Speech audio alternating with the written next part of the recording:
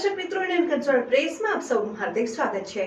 ગોધરા શહેરના જેઆઈડીસી વિસ્તારમાં આવેલ પડિયા પતરાળામાં આકસ્મિક આગની ઘટના બનતા અફડાતફડીનો માહોલ સર્જાયો। પંચમહાલ જિલ્લાના ગોધરા શહેરમાં આગનો સિલસિલો યથાવત।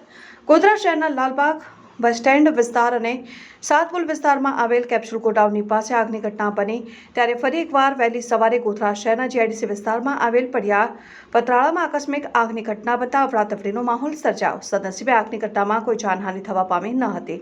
આગની ઘટનાને લઈને પડિયા પતરાળામાં માલિકે તાત્કાલિક ગોધરા ફાયર બ્રિગેડના જવાનોને જાણ કરતા ફાયર બ્રિગેડના 4 બ્રાઉઝરો દ્વારા 3 કલાકની જહેમત બાદ આગ ઉપર કાબુ મેળવવામાં આવ્યો હતો। ગોધરા જેઆઈડીસીમાં આવેલ પડિયા પતરાળાના ગોડાઉનમાં સવારે અચાનક આગ લાગવાની ઘટના બનવા પામી હતી। આગ લાગવાની જાણ ગોડાઉન માલિકને થતાં જ ગોધરા ફાયર બ્રિગેડને જાણ કરવામાં આવી હતી અને ગોધરા ફાયર બ્રિગેડ દ્વારા તાત્કાલિક ઘટના સ્થળે પહોંચી આગ કાબૂમાં મેળવવાની કાર્યવાહી હાથ ધરવામાં આવી હતી।